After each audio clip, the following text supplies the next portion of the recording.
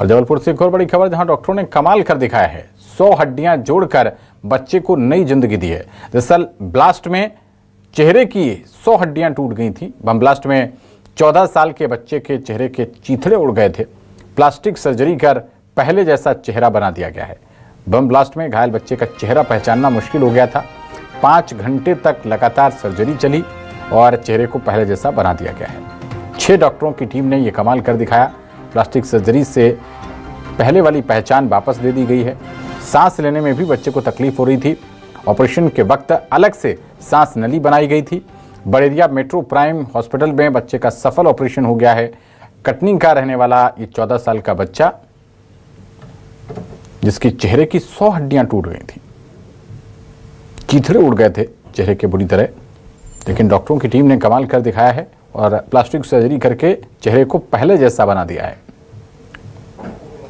डॉक्टरों को यूं ही धरती का भगवान नहीं कहा गया। फिर से उन्होंने इस कहावत को जो है वो सच साबित करके दिखाया। जी हाँ, वाकया जबलपुर के बड़ेरिया मेट्रो प्राइम हॉस्पिटल का है, जहां पर एक 14 साल के बच्चे को एक जटिल ऑपरेशन और कई लंबे ऑपरेशन के बाद जो है एक पहले जैसी ज़िंदगी दी गई थी। दरअसल कटनी के 14 साल के एक आर्यन की एक ब्लास्ट में जो है वो पूरा चेहरा जो है वो क्षतिग्रस्त हो गया था। और यह आपने इतना जटिल ऑपरेशन किया और एक बच्चे को वैसी ही स्वरूप में लिया है जैसे वो पहले था। कितने घंटे का ऑपरेशन था? ये 3 से 3.5 घंटे चली है सर्जरी। जी हाँ। कितने लोगों की टीम थी इसमें? देखिए, ENT में मैं था, प्लास्टिक सर्जन की टीम रहती है और एनेस्थेटिस्ट रहते हैं और बाकी हमारे OT का सपोर्टिव स्टाफ रहता है। क्या हुआ था बच्चों को एक्चुअल में? देखिए, जब कैजुअल्टी में बच्चा आया तो उसके चेहरे के काफ़ी ज़्यादा घाव थे। पूरा चेहरा लगभग फटा हुआ था, चेहरे और गर्दन पे। देखने में लग रहा था कि जैसे कुछ बम ब्लास्ट या ऐसी कोई ब्लास्ट इंजरी हुई है। घर वालों ने बताया कि रेफ्रिजरेटर में ब्लास्ट से चोट लगी है। तो जिस समय कैजुअल्टी में आया उसको मुख्य 2 चीज़ें थी। एक तो सांस लेने में तकलीफ़ हो रही थी और ब्लीडिंग काफ़ी ज़्यादा हो रही थी। तो यही 2 हमारी प्राइमरी गोल्स थे कि उसका रेस्पिरेशन जो है, सांस लेने की दिक्कत को दूर किया जाए और फिर ब्लीडिंग को कंट्रोल किया जाए।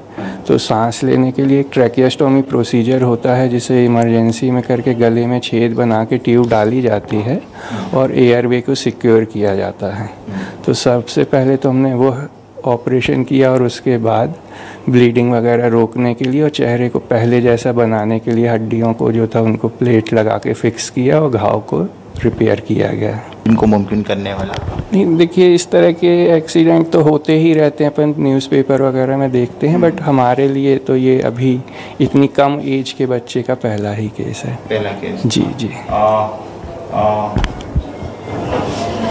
ये देखिए, इस तरह का जो है जो बच्चे का ब्लास्ट होने के बाद इस तरह से जो सर्जरी हुई है, ये कह सकते हैं कि जबलपुर ही नहीं